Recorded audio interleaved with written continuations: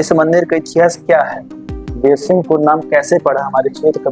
तो बात रही बिरसिंहपुर नाम कैसे पड़ा इस क्षेत्र का, तो बिरसिंहपुर स्वावल राज्य के एक राजा हुआ करते थे जो बहुत धार्मिक और व्यक्तित्व धनी थे। इस नगर में इस मंदिर का जीर्णोद्धार समय समय पर चूंकि बहुत से लोगों ने करवाया, लेकिन उन्होंने बहुत विशेष आयोजन करके यहाँ का जीर्णोद्धार मंदिर का करवाया और बहुत सारी गतिविधियां जब उनकी धार्मिक रही तो इस क्षेत्र का नाम जो देवपुर था वह बिरसिंहपुर उन्हीं के नाम से जाना जाने लगा। नमस्कार दोस्तों, तो स्वागत है आपका द अजय द्विवेदी शो में।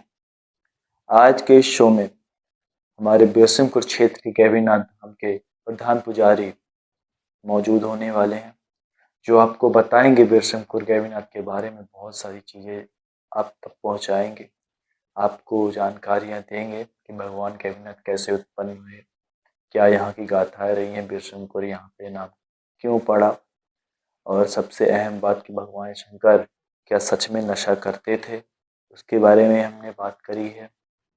तो हमको सपोर्ट करें और जितना हो सके हमारी वीडियोस वगैरह को लाइक करें, सब्सक्राइब करें, और हम आशा करते हैं कि हमारी जितनी भी वीडियो बनेंगी आप तक कोई ना कोई नई जानकारी आप तक प्राप्त हो, जिससे आप सभी लोग, आप, मैं, हम सभी लोग कुछ ना कुछ नई चीज़ें सीखें। इसी उद्देश्य से मैंने ये पॉडकास्ट स्टार्ट किया है, तो जिसमें हम कुछ ना कुछ नई चीज़ें सीखें, समझें, लोगों से मिले, लोगों से जुड़े। मेरे से जितना हो पाएगा मैं आप तक बातें पहुंचाऊंगा, लेकिन ये वीडियो हमारी बहुत इंटरेस्टिंग होने वाली है, तो आशा करता हूँ आपको हमारी बातें समझ में आएंगी। तो चलिए आइए शुरू करते हैं। नमस्कार स्वामी जी, तो बहुत बहुत स्वागत है आपका हमारे शो में। तो ये हमारी पहली वीडियो होने वाली है, जिसमें मैंने इसकी शुरुआत में आपको ही बुलाया है कि जो भगवान का आशीर्वाद अगर साथ रहे और साथ में जो उनकी सेवा करते हैं, पूजा पाठ करते हैं, उनका आशीर्वाद साथ रहे, तो यही रहता है कि आगे उन्नति होगी। अवश्य तो होना चाहिए। तो शुरू करें हमारे सवाल से। तो हमारा सबसे पहला सवाल था, इस मंदिर का इतिहास क्या है? बिरसिंहपुर नाम कैसे पड़ा हमारे क्षेत्र का? बिरसिंहपुर नाम कैसे पड़ा? ऐसा है कि ये जो मंदिर है गैवीनाथ धाम, इसका इतिहास बहुत गौरवान्वित है। पद्म पुराण के पाताल खंड में अश्वमेध यज्ञ के दौरान राजपथ रामायण में और ऐसे बहुत से प्राचीन ग्रंथों में इनका उल्लेख, वर्णन मिलता है, और वर्णन भी बहुत अद्भुत मिलता है। तो इतिहास तो बहुत सरल और स्पष्ट और बहुत प्राचीन है जी। तो बात रही बिरसिंहपुर नाम कैसे पड़ा इस क्षेत्र का, तो बिरसिंहपुर स्वावल राज्य के एक राजा हुआ करते थे जो बहुत धार्मिक और व्यक्तित्व धनी थे। इस नगर में इस मंदिर का जीर्णोद्धार समय समय पर चूंकि बहुत से लोगों ने करवाया, लेकिन उन्होंने एक बहुत विशेष आयोजन करके यहाँ का जीर्णोद्धार मंदिर का करवाया और बहुत सारी गतिविधियां जब उनकी धार्मिक रही तो इस क्षेत्र का नाम जो देवपुर था वह बिरसिंहपुर उन्हीं के नाम से जाना जाने। अच्छा, पहले देवपुर का नाम। तो स्वावल के राजा थे वीर सिंह, उन्हीं के नाम से क्षेत्र के नाम से वीर सिंह पड़ा, फिर बिरसिंहपुर ऐसे चलते नाम होने लगा जी। इस सवाल से मुझे क्लैरिटी मिली है, हालांकि जो आपने जवाब दिया है मुझे अच्छा लगा है। तो आते हैं हमारे दूसरे सवाल पे। यहाँ के शिवलिंग की विशेषता क्या है? जैसे कि लोक कथाएं में कहा जाता है कि यहाँ भगवान शिव स्वयं प्रकट हुए हैं, क्या ये बात सही है? शिवलिंग की जो विशेषता है जी और जो प्रकट होने का कथा है वो ऐसा है कि जो मैंने बताया कि देवपुर जो इस नगर का नाम था, तो देवपुर के एक राजा थे वीरमणि। वो भगवान महाकाल उज्जैन नित्य दर्शन करने जाते थे। अच्छा, तो जब वो नित्य दर्शन करने जाने लगे तो चूंकि भक्त और भगवान का जब आपसी प्रेम होने लगता है तो भगवान भी भक्त के अधीन हो जाता है। तो जब एक समय अवस्था ऐसे हुई कि जब वीरमणि नहीं जा पा रहे थे उज्जैन, तो भगवान से उन्होंने प्रार्थना की कि प्रभु कुछ ऐसा कृपा किया जाए कि मैं आपके दर्शन नित्य पाता रहूं। तो यह राज हुआ करता था, देवपुर उन्हीं के राज्य में आता था ये।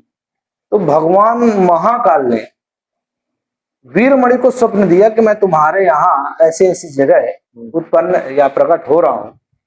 तो भगवान जिसके यहाँ प्रकट होते हैं वो गैवी यादव के एक घर हुआ करता था, या अहिर। हाँ, तो वो गैवी अहिर का घर था और उसकी माता जी बहुत समझ नहीं पा रही थी कि चूल्हे के आसपास, चूल्हे में किंवदंती मिलती है कि चूल्हे में भगवान जब प्रकट होते हैं तो धीरे धीरे निकलते हैं। भगवान जैसे ही प्रकट होते हैं तो जब उनको जगह नहीं मिलती तब वो राजा को पुनः स्वप्न देते हैं कि मैं इनकी जगह इनके घर में प्रकट हुआ और ऐसा ऐसा है। तब राजा ने गैवी अहिर को घर खाली देने करने का आदेश दिया। अच्छा। जब घर खाली नहीं हुआ क्योंकि जननी जन्मभूमि तो जब वो जन्मभूमि नहीं खाली कर रहा था तब राजा ने कई प्रकार के उपहार देने का जब ऐलान कर दिया उसके बाद भी नहीं खाली किया। फिर राजा ने अहिर को कहा कि मैं भगवान का नाम ही आपके नाम पे रख दूंगा। तो जब भगवान का नाम उसके नाम पे रखा गया तो गैवी यादव वहां अपना घर में मंदिर बनवाने के लिए राजी हो गए। तब से भगवान का नाम गैवी नाथ पड़ा। हाँ, तभी तो जैसे 12 ज्योतिर्लिंग होते हैं। हाँ तो लेकिन हमारे शंकर भगवान जो गैवीनाथ धाम है उसकी मान्यता दूसरी होती है। बिल्कुल। पर मैं कभी कभार सोचा करता था कि मतलब जैसे 12 ज्योतिर्लिंग है उसमें तो भगवान गैवीनाथ नहीं आते। उपलिंग के रूप में हम उपलिंग के रूप में आते। उपलिंग के रूप तो जो गैवी आता था उनका भी जो वंशज है अभी तक है अपने। नहीं उनका कोई उल्लेख नहीं, कोई उल्लेख उनका कोई उल्लेख। तो शायद कोई मिसिंग हो गई या फिर जो भी चीजें रही पुराणों में शायद कुछ चीजें मिसिंग हो गई हो। नहीं ऐसा नहीं है क्योंकि जब गैवी यादव यहाँ से घर खाली करके चले गए क्योंकि बहुत पुराने कथा है, ये आज की कथा नहीं, ये त्रेता युग के पहले की कथा है। अच्छा, तो मतलब वो यहाँ से कहीं और चले गए। भगवान राम के अश्वमेध यज्ञ के पहले भगवान का प्राकट्य होता है यहाँ पे। अच्छा, मतलब बहुत पुरानी। त्रेता युग के पहले का है इनका वर्णन। अच्छा, बहुत बहुत ये भी सवाल से मैं सहमत हूँ आपके। ये भी मेरा दूसरा सवाल आपसे पूरा मतलब पूरी तरीके से क्लियर में हो गया कि हाँ ये चीजें हो सकती थी, होती भी हैं। जैसे मतलब हमारे दर्शक इस भगवान उपलिंग की जो भी गैवीनाथ मंदिर है ये बारे में सुनते हैं, हाँ, लेकिन बहुत ज्यादा प्रचलित नहीं है। क्यों ऐसा? प्रचलित होना होने या होने का तात्पर्य यह है कि विकास। अच्छा। किसी भी क्षेत्र का वर्णन और विकास ही महत्वपूर्ण रखता है कि वो कितना विकास और कितना नाम लोगों के अंदर हो। अच्छा, जब लोग बाहर से आते हैं, श्रद्धालु जब बाहर से आते हैं तो उनको विकसित चीजें चाहिए। हाँ। और मतलब हमें एक मानसिकता लोगों के अंदर बनती जा रही है या बनी है कि हमें सारी चीजें उपलब्धता चाहिए। हाँ, तो यहाँ इस क्षेत्र में राजनीतिक कमी कहें या लोगों का एक अभाव कहें जो भगवान के अस्तित्व को धीरे धीरे नष्ट किए दे रहा है, ये बहुत बड़ी विडंबना है। लोग नहीं समझ पा रहे हैं तो क्या किया जाए। जैसे मैं मतलब आज से कुछ समय पहले मैं प्रयागराज में कुछ समय के लिए था, ठीक है, तो वहाँ के लोग भी गैवीनाथ धाम के बारे में जानते थे, बहुत आनंद लेते थे कि हाँ भाई हम लोग जाते हैं, करीब साल में 2 बार चले जाते हैं।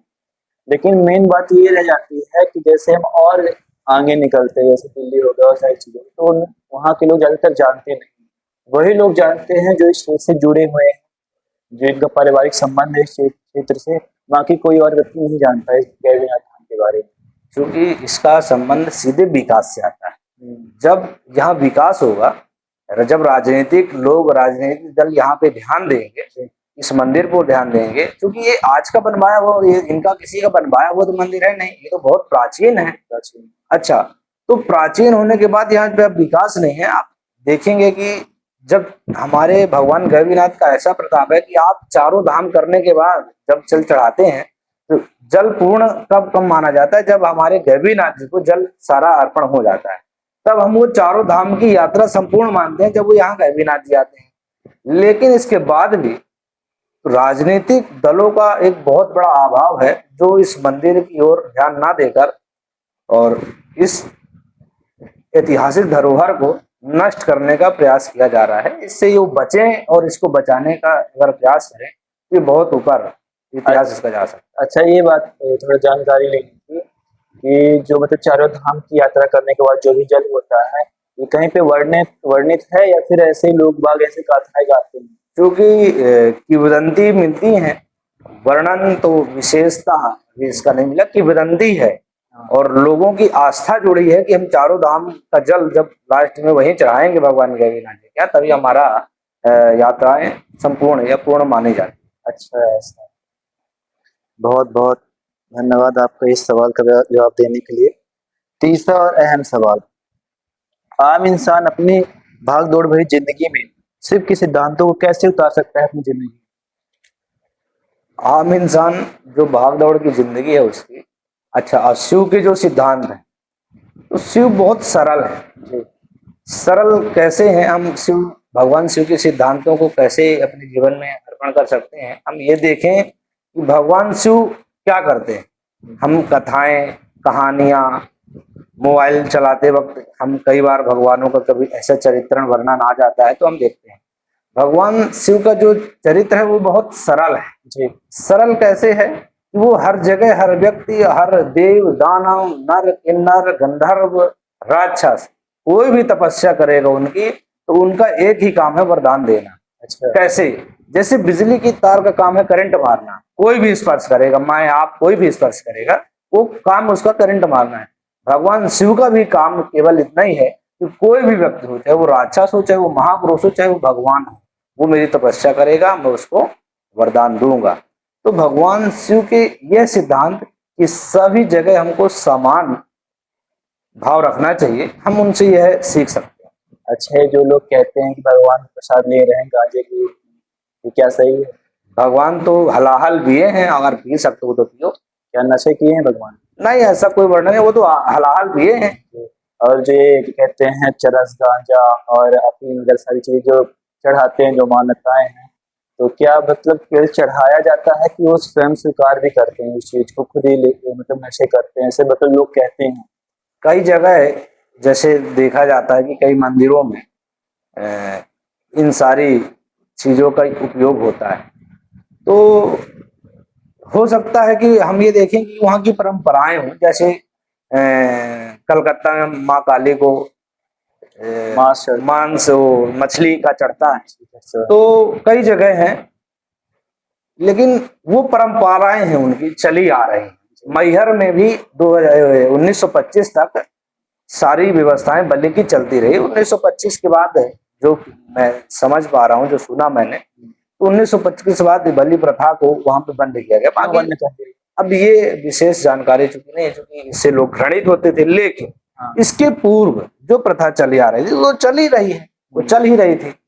तो इसको हम गलत कह देंगे, सही कह देंगे तो कोई बहुत उचित नहीं है, तो उस पर ना बोले तो अच्छा। अच्छा, और सबसे अहम बात कि लोग अपने ऐब को भगवान शंकर के मतलब जो भी उन्होंने किया, जैसे विष किया ना, तो वो भी बोल देते हैं गांजे हम भी पी रहे हैं, तो ये क्या चीज सही है? दोनों को एक साथ मिला देते हैं, अपने ऐब और अपने नशे को, मतलब कि हम अच्छी चीज कर रहे हैं, ये क्या करना सही है? ये नई जनरेशन को गलत भटकाने में नहीं? असल में क्या है कि आज के लोगों की एक अवधारणा है और यंग लोगों की एक अवधारणा बनती जा रही है कि हम चाहे जो करें हम उसको सीधे भगवान के ऊपर ला दें। अच्छा, तो इसका कहीं कोई वर्णन मिलता नहीं। जी भगवान हलाहल पिए, जहर, जी अगर जहर पी सको तो पियो। जहर कौन सा जहर? जब कोई कुछ नहीं कर पाया, जब सारे देव, सारे दानव, सारे गंधर्व, राक्षस कहते हैं कि प्रभु हमको केवल अमृत चाहिए, आप जहर ले। तो जो मैंने सुना था कि जो वो हलाल पी रहे थे तो कुछ बूंद यहाँ वहाँ छलक गया, तो बहुत सारा नुकसान भी हो गया था, ऐसी मान्यताएं हैं, ऐसे लोग सुना बोलते हैं। ऐसे कई कथाएं इसके लिए प्रचलित हैं। और जो लोगों की भावना है कि भगवान इन सब चीजों का प्रयोग करते हैं, तो भगवान के लिए भांग का उपयोग लिखा गया है कि बिजन धन हो कपर दिनो विसल्यो बाड़ा बहुत अनेसन सिंचाई को आप जी भांग का, चूंकि भांग भगवान इसलिए सेवन करते हैं क्योंकि वो ठंडक होती है, जो उनके जहर में हलाहल भरा वो बहुत हार्ड है, बहुत गर्म है, तो भगवान भांग का सेवन इसलिए करते थे या इसलिए करते हैं, जो कथा है उनकी, वो ठंडक, भांग भांग क्या है, ठंडक होता है, तो भगवान उसका सेवन करते हैं। उनका वर्णन बिज्जन भांग का हमको मिलता है। तो यही बात सुनिए, वो उन्होंने हलाहल पिया था, ना कि किसी नशे, ना गांजा वगैरह वो पीते थे। जो भी लोग बोलते हैं कि भगवान शंकर खुद गांजा पीते हैं, तो ऐसा बिल्कुल नहीं है, गलत दिशा पे मत जाएं, भगवान शंकर ने कभी गांजा नहीं पिया था। चौथा सवाल, क्या आपने मंदिर में कोई ऐसी घटना देखी है जिसे विज्ञान समझा नहीं पा सकता? अच्छा, विज्ञान और क्या बोला आपने? क्या आप मैं दोबारा रिपीट करता हूँ। जैसे मतलब क्या होता है कि कई सारी चीजें होती हैं जिन्हें लोग बोलते हैं कि विज्ञान हर एक चीजों का हल निकाल देता है, हर एक चीजें को मतलब वो पूरी गाथा बता सकता है कि ये चीजें कैसे होती हैं। ठीक है, तो क्या सच में मंदिर में ऐसी कोई आश्चर्यजनक घटना हुई है जिसे विज्ञान नहीं समझा जा सकता?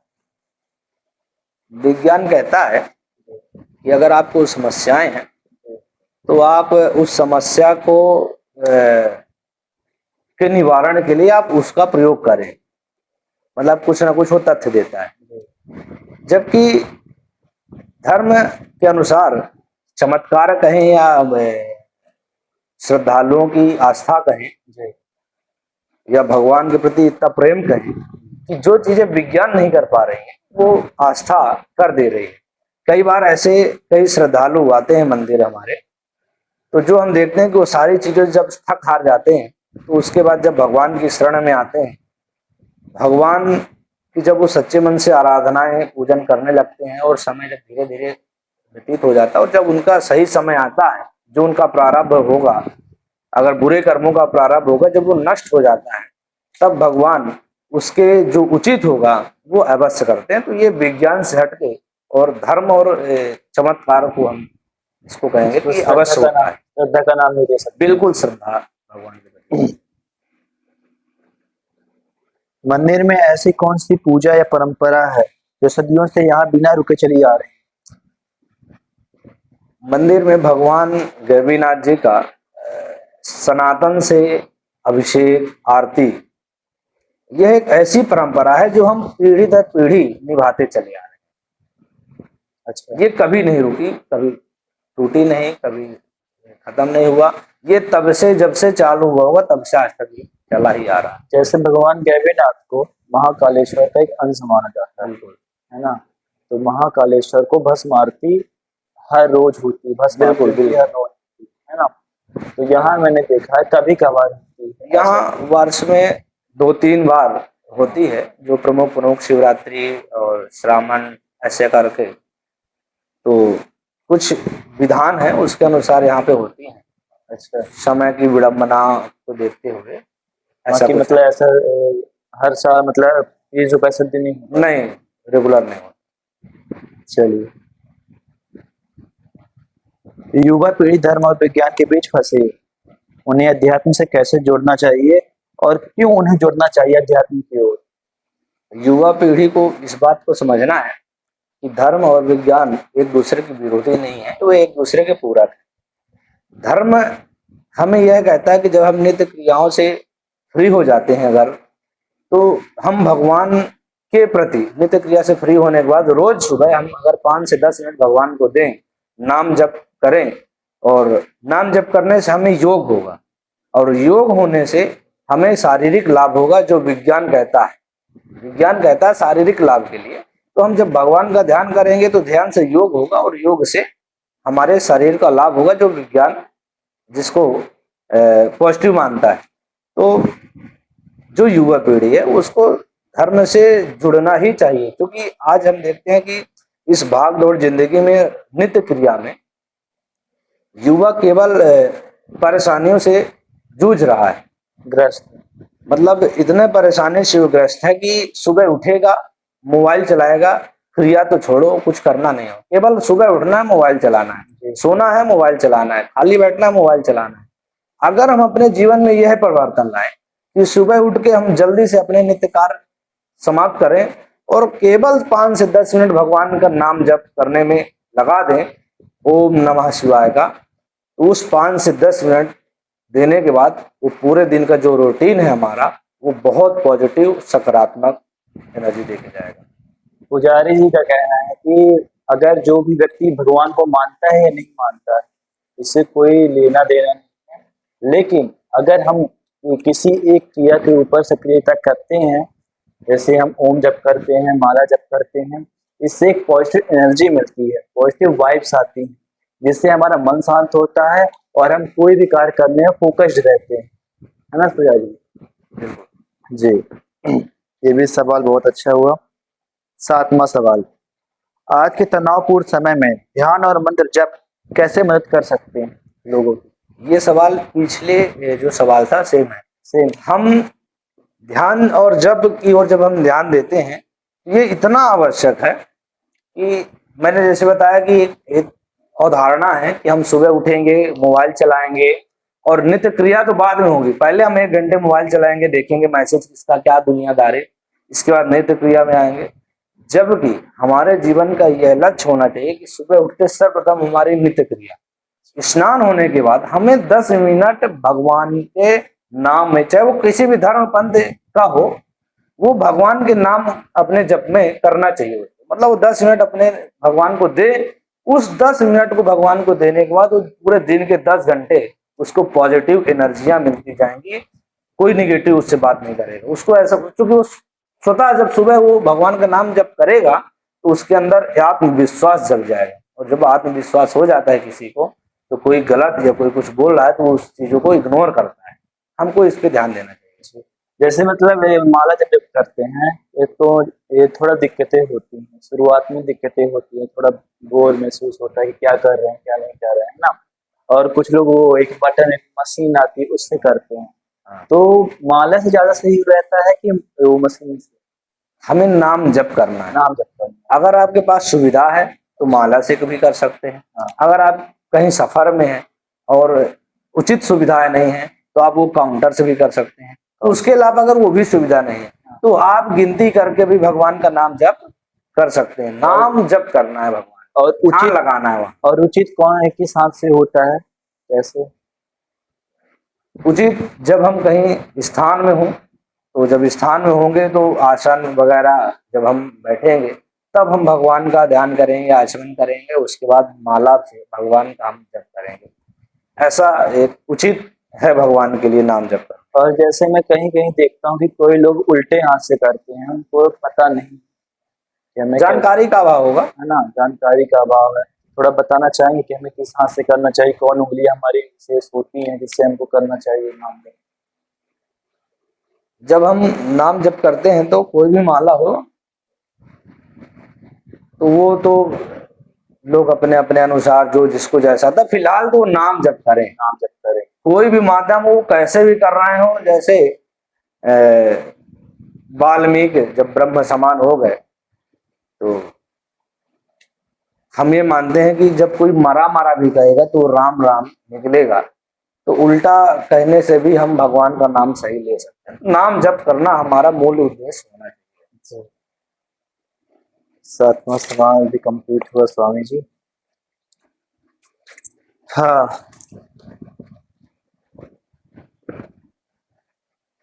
ऐसे मैं कई लोगों को बताता रहता हूँ कि ऐसे नहीं ऐसे, तो वो खुद ही मतलब हंसने लगते हैं कि मतलब क्या बता रहा है, क्या सारी चीजें, ये क्या चीजें उचित हैं कि अगर आज की मतलब आज के युग में अगर आप किसी को सही बताएंगे तो वो उल्टा आपके ऊपर हंसेगा और एक प्रकार से एक अशब्द बोलता है, चूतिया।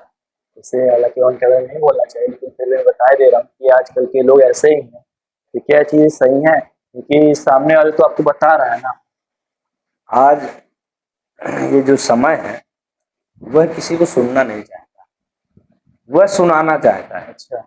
मतलब आपसे अगर हम बोलते रह जाएं तो आप बोर अपने आप को महसूस करोगे और साइड हटने की कोशिश करोगे।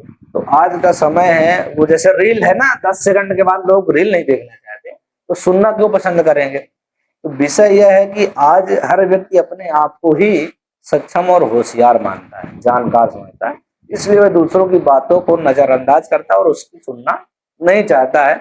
उचित यही है कि अगर हम समझ में आए कि उसको बोलना चाहिए तभी बोले, उसके पहले बिल्कुल नहीं, समझने के बाद ही बोलना चाहिए। मेरे पिताजी कहते हैं सफलता की पहली सीढ़ी होती है सुनना।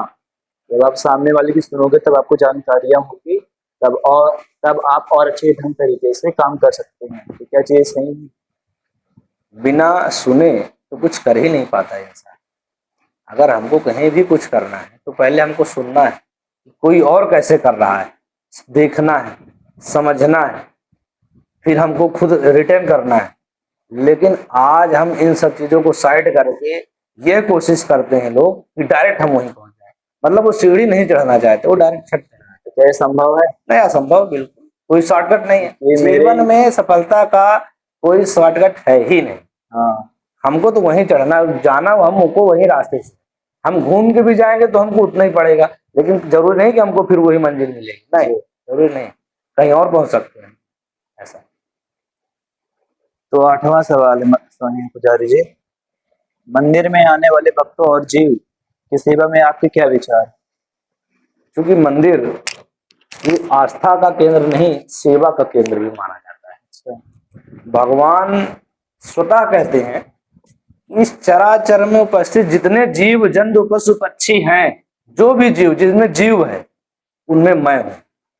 कण कण में शंकर। जब भगवान स्वतः ये कहते हैं कि हर जीव में मैं हूं, तो जब जो मंदिर है जहां लोग आते हैं, मंदिर में या धर्म किसी भी धर्म में या आस्था रखने वाले लोग ही हर जीव की हर जीव के लिए एक बेहतर सोच पाते हैं, हर जीव की सेवा कर पाते हैं। अच्छा, जो धर्म नहीं कर पाएगा, ये जो अच्छा सोच नहीं पाएगा, वो कैसे सोच पाएगा कि मैं इसके लिए अच्छा कर दूं? जो खुद के लिए नहीं सोचेगा। जो मंदिर आता है, मंदिर एक धर्म का केंद्र बस नहीं है, वह एक आस्था का केंद्र बस नहीं, वह एक सेवा का केंद्र भी है, जहां लोग अनेक जीव जंतु पशु पक्षियों की वहीं से सीख कर सेवा करते हैं। और आज दुनिया में बहुत सी चीजें ऐसी चल रही भगवान शंकर का एक अवतार है पशुपतिनाथ, हैं। जी और लोग उनको पूछते भी, जी लेकिन मंदिर में अंदर मतलब जब अंदर जाते हैं तब तो उनके भाव दूसरे रहते हैं, और जब बाहर आके पशुओं को हानि पहुंचाते हैं तो क्या सारी चीजें उचित? ये लोगों की भावनाओं के ऊपर हो है, क्योंकि लोग अपनी भावनाओं में कैसे समझ रहे हैं। भगवान के मंदिर में जाते हैं तो नंदी को जल चढ़ाते हैं, प्रसाद देते हैं। अगर वही नंदी रास्ते में मिल जाए तो लोग डंडा मारते हैं, गर्म पानी डाल देते हैं, चाय डाल देते हैं, कुल्हाड़ी मार रहे कुल्हाड़ी मार देते हैं, पैर काट देते हैं, कान काट देते हैं, और जबड़ा काट देते हैं। तो बीफ भी खाते हैं, उनका मांस भी वो खाते तो लोगों के जो ना जानने का, क्योंकि मैंने बताया कि बंगाल में और ऐसी कई जगह मंदिरें हैं जहां ये सारी चीजें का उपयोग होता है मंदिरों में भी। लेकिन गाय तो वह है कि जो हमको हमारे जीवन से पार करके बहुत दूर ऐसी जगह ले जाने वाली है, जहां से इस जीव का या इसके अंदर जो एक आत्मा है, उसको एकदम नष्ट हो जाना, वो दोबारा नहीं आएगी इस पृथ्वी में, इस नरक लोक में। तो गाय को हम वैतरणी तो बीफ थोड़ी पार करने वाले बीफ थोड़ी चलता है, गाय का मांस थोड़ी किसी मंदिर में चढ़ता नहीं, किसी में नहीं चढ़ता। तो फिर लोग खाते क्यों? प्रशासन की ढिलाई है, और जो कि कोई ध्यान नहीं दे रहा है। जिसकी प्रशासन और जो संरक्षक करने वाले लोग हैं, वही इन सब चीजों से लोगों से पैसा लेते होंगे, तभी तो ये सब चल रहा इन है। सब चीजों का सेवन भी वही करते बिल्कुल हैं। बिल्कुल स्वाभाविक सी बात। तो एक तरफ धर्म का चोला पहन के घूमो, दूसरी करते तरफ हैं, बहुत से लोग करते हैं। आप सोशल मीडिया में जाओगे, आप गूगल करो, आपको पता चलेगा कितने लोग। अच्छा जी, एक कहते हैं जो भगवान कहते हैं आजकल तो भगवादारी बहुत बदनाम हुआ पड़ा है, क्योंकि कुछ ऐसे बाबा हैं, कुछ ऐसे पुजारी हैं जो धर्म का चोला पहनते हैं और पीठ पीछे कुछ और काम भी करते हैं। तो क्या चीजें सही हैं? और हाँ, सबसे अहम बात, तो क्या फिर हम उनको पूज सकते हैं जब हमको उनकी क्रियाओं के बारे में पता चल गया है? जिनसे कुछ नहीं आता हाँ। और जो हर तरफ से हार जाते हैं, वो इस कपड़े को बहुत आसान खरीद के मार्केट से पहन लेते हैं और बाबा बन जाते हैं। तो परंतु हम ये जानेंगे कि सभी साधु साधु नहीं होते, हाँ। है ना। कुछ स्वाद होते हैं जो केवल स्वाद लेने आते हैं। और तो ये लोगों की मनुष्य की एक अलग अलग धारणा वालों की सोच है। जो जैसा करता है प्रभु उसको वो वहां से वो ऐसा आगे चल के प्राप्त होता है। और आज हम जो पूरा करेंगे, कल को हमारा प्रारब्ध बनेगा। और ऐसा नहीं है कि हम मरने के बाद हमको मिलता है, ऐसा कुछ नहीं। हमें इसी शरीर में वो सारे कष्ट मिल जाने हैं जो हम किसी और को दे रहे हैं, और हमको वो सहना है। और अच्छा, जो शरीर नहीं सह पाएगा, मतलब हमने किसी के साथ इतना गलत किया, इतना गलत किया, और कि हम वो बर्दाश्त नहीं कर पा रहे हैं अपने शरीर में, तो शरीर छूटने के बाद जब वो वहां लेके जाएगा तो वहां मिलेगा, और वहां नहीं पूरा होगा तो जब दूसरे शरीर में आएगा तो हमको उस शरीर में ही वो प्रारब्ध बनता चला जाए। मेरे तो विचार यही है, मैं आपको बताऊं, मैं अघोरियों को मानता हूँ जो अपने शरीर में भस्म लगाए फिरते हैं, उनसे किसी भी मोह माया से कोई मतलब नहीं होता है। मैं उनको पूजता हूँ, मैं उनके पैर छूता हूँ, और रही बात कि ऐसे जो साधु संत लोग मिलते हैं, तो मैं अपना जो भी मेरे विचार हैं, मैं कभी नहीं झुकता। हाँ, अगर मुझे ऐसा लगता है, मेरी आत्मा से लगता है कि ये स्वामी अच्छे हैं, है ना, उनके जो भी क्रियाकलाप हैं मतलब लोगों के हित के लिए हैं, या कि अपने खुद के स्वार्थ के लिए, तब मैं झुकता हूँ। ये मेरी खुद की विचार। ऐसा है कि जब हम किसी चीज में ज्यादा लोगों से जब हम मिलते चले जाएंगे तो उस क्षेत्र के उन लोगों से हम परिचित हो जाते हैं, तो हमको देखने में ही समझ में आ जाता है कि कौन क्या और कैसे होगा। जी यह एक ऐसा क्षेत्र है जहां तो लोग जो खराब बर्बाद नहीं होगा या जो गलत नहीं होगा उसको भी लोग घेर के गलत कर देते हैं। ऐसे बहुत से संत हुए जो जेल में सड़ रहे हैं, जबरदस्ती लोग डाल रहे हैं, जबरदस्ती आरोप लगा के लोग डाल दे रहे हैं, तो क्या करोगे आप? क्योंकि अच्छा वो इस चोला में है तो उसको इतना फेमस कर देंगे और इतना उसको बदनाम कर देंगे कि वो किसी लायक फिर रह नहीं जाए। ये बहुत आसान है लोगों के लिए। सरकार के स्वार्थ में भी ये चीजें होती हैं। हाँ, होता है, लोग समझते हैं, देखते हैं, कई जगह हो रहा, बहुत जगह हुआ। चलिए ठीक है, फिर ये राजनीतिक मुद्दा बन जाएगा, इसको हटाते हैं, खत्म करते हैं। और मेरा आखिरी सवाल ये था, जब कोई भक्त बहुत परेशान होकर मंदिर आता है, तो पुजारी जी मतलब आप उसको कैसे सहानुभूति देते हैं, कैसे उसे शांत करते हैं, जो भी विचार उसके अंदर घूम रहे हैं उसके विचारों का जवाब कैसे देते हैं? भगवान के जब मंदिर में कोई भी श्रद्धालु अगर उसके पास कष्ट है, अगर वो भगवान शिव के पास जा रहा है, भगवान शिव का मंदिर है, तो एक लक्ष्य है कि पहले तो एक लोटा जल लाओ और भगवान को अर्पण करो, क्योंकि एक लोटा जल हर समस्या का हल।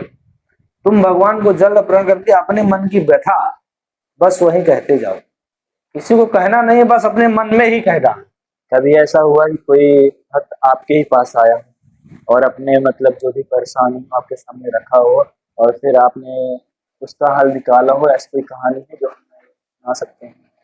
क्योंकि नाम लेना उचित नहीं रहता है किसी का, और ऐसे बहुत से श्रद्धालु हैं, जुड़े हुए हैं, जो कई सारी चीजों से जब वो हार जाते हैं तो भगवान की शरण लेने पे वो बात हो जाते हैं, मतलब मजबूरी में आ जाते हैं कि अब भाई हमारा तो डॉक्टर और हॉस्पिटल से ही कुछ नहीं हो पा रहा, तो भगवान की शायद है कि कुछ कर सकते हैं। तो जब भगवान के पास आते हैं तो हमने ये देखा है कि कई सारे लोगों का कई प्रकार की मनोकामनाएं पूर्ण होती हैं। बहुत से लोग, आज की जो युवा पीढ़ी है वह बच्चों से बहुत परेशान है, मतलब ऐसा है कि ये जो दवाइयां खा खा अपने शरीर को नष्ट कर लिए। जी आज मैं देखता हूं कि हमारे यहाँ स्थान में भी और ऐसे बहुत से लोग हॉस्पिटल में आप सब देखेंगे कि लोग बच्चे के लिए परेशान घूम रहे हैं। क्यों? वजह क्या है? वजह एक है कि हम ये जितनी मेडिसिन का उपयोग कर रहे हैं, ये सब चीजें हमारे शरीर को धीरे धीरे उन गुणों को नष्ट कर दे रहे हैं।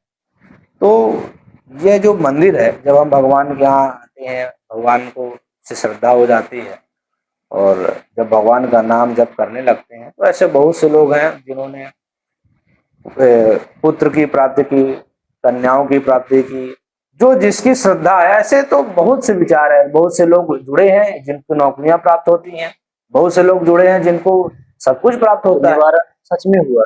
बिल्कुल होता है, बहुत से उदाहरण है, बस नाम लेना अनुचित है। रोज होता है, रोज आते हैं लोग, तो रोज इनका काम है। भगवान तो सबको सब कुछ दे देते हैं।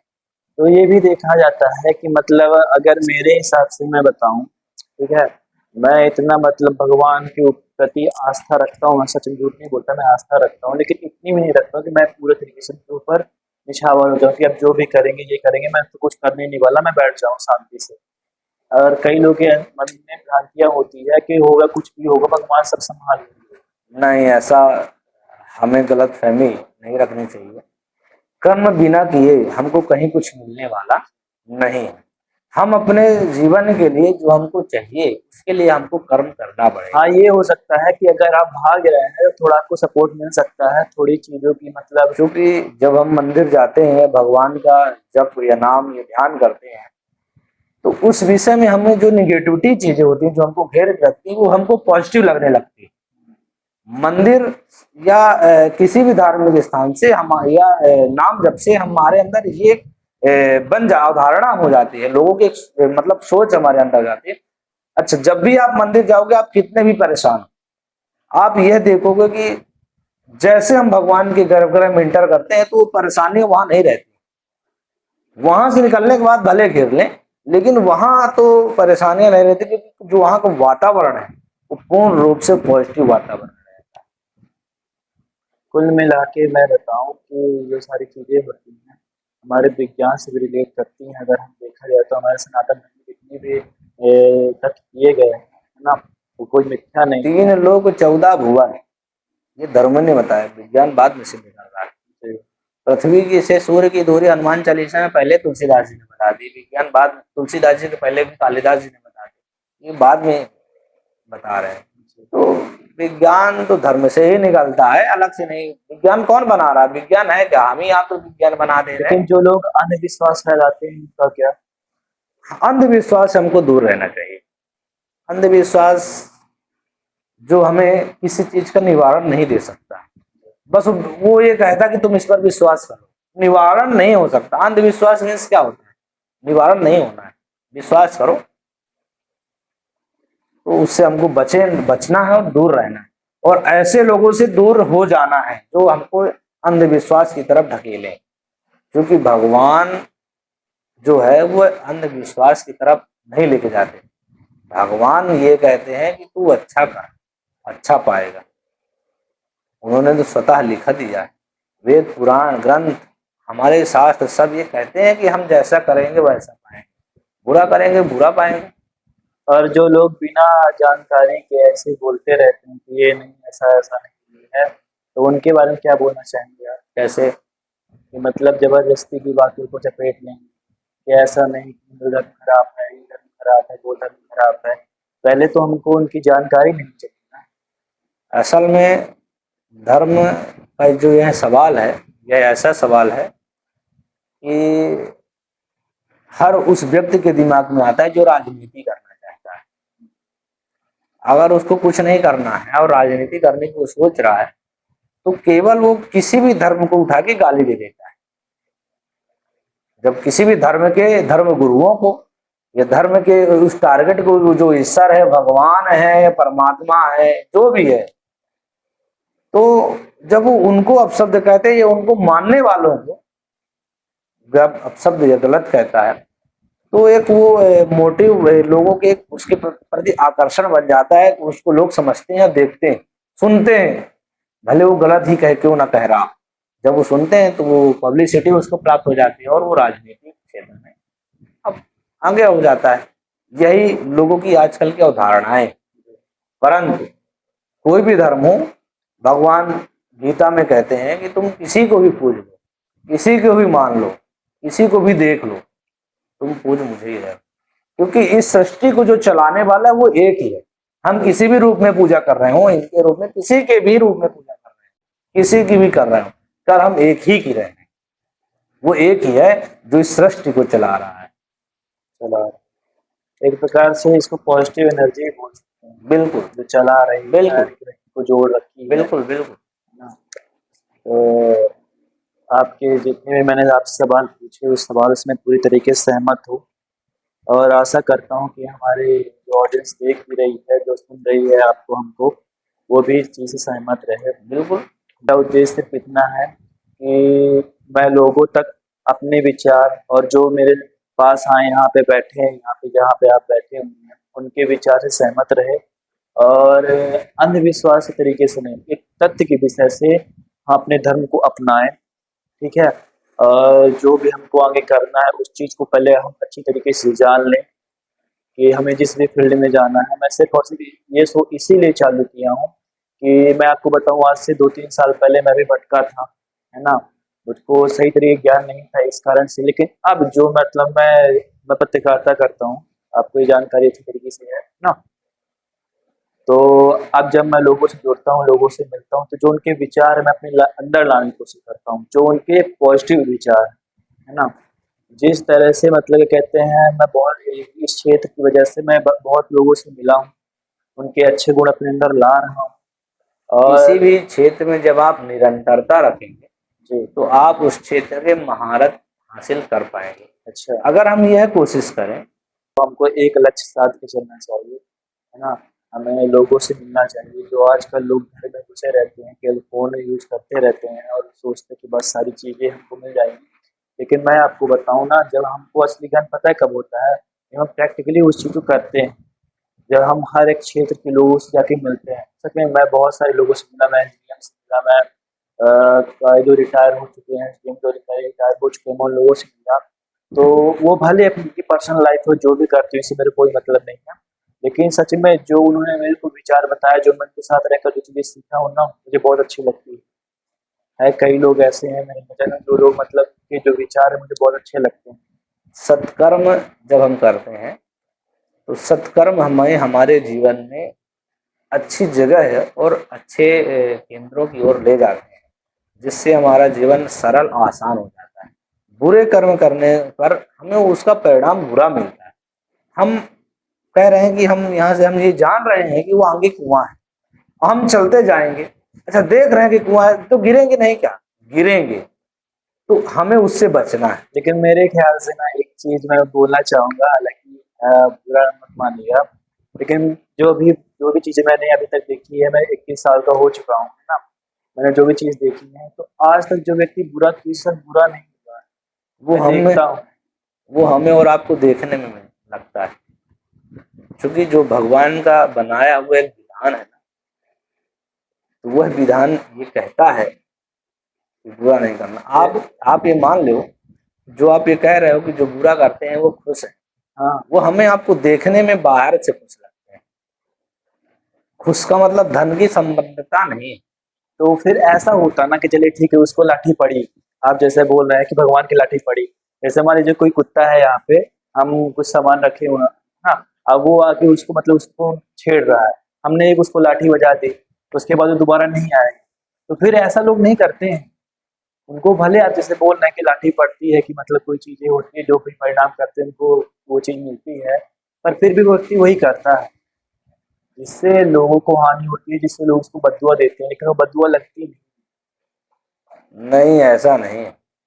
और ऐसा कहते हैं कि मतलब भगवान परिणाम देते हैं, लेकिन ये बताइए कब कब कब परिणाम देंगे, जब वो सामने वाला व्यक्ति पूरी तरीके से खत्म हो जाए। भगवान गीता में कहते हैं कि जब हम इस शरीर को छोड़ते हैं तो जिस प्रकार हवा वायु चलती है और जहां जो मिलता है तो वो समेट को उड़ते हुए चली जाती है। मतलब अगर गंध मिली तो गंध को, पुष्प के गंध को, जो मिला उसको वो ऐसे लेके चली जाती है, हवा वैसे लेके चलती है। तो इस शरीर के अंदर जो आत्मा, जो एक ज्योति विद्यमान है, वो जब इस शरीर से चलती है ना, तो इन्हीं सब चीजों को लेके चलती है। और जब वो जिस शरीर को धारण करती है, वो उसमें वही 5 चीजों को लेकर चली जाती है, और जो हमारे अंदर ये भरा है वो वही निकलता है, वो मिलता है। अगर हम उसके भरोसा रखते हैं अगर इतना, तो हम ये भी माने, अंधविश्वास नहीं, भरोसा। गलत तो नहीं करना, गलत का परिणाम तो गलत है। हम जानते हैं ना कि प्रश्न का हम उत्तर अगर गलत लिखेंगे तो गलत है, तो फिर जब हम किसी के साथ गलत कर रहे हैं तो गलत है ना। पैसे के लिए हम गलत कर रहे हैं तो कल को जरूरी थोड़ी कि वो पैसा हमारा सही है, कल को पैसा हमारे साथ कितना गलत काम करेगा। तो गलत गलत। बात तो चित है। चलिए मैं इस बात को ध्यान रखूंगा। बहुत बहुत धन्यवाद आपका। बहुत तो आशा करते हैं कि जो भी हमारी यहाँ पे बातें हुई, आपको पूरी तरीके से समझ में आए, और जो भी यहाँ पे हमने बातें करी वो आप अपने जहन में उतारें, ताकि आने वाले समय में अगर आप किसी भी करियर में फोकस्ड हैं या फिर कोई भी काम करना चाहते हैं, उसमें कोई आपकी त्रुटि ना हो, आप हर एक चीज़ को समझ कर चलें, ताकि कोई गलती ना हो कि उसका परिणाम आपको गलत नहीं हो। चलिए मिलते हैं नेक्स्ट वीडियो में। बहुत बहुत धन्यवाद। जय जय विनाथ।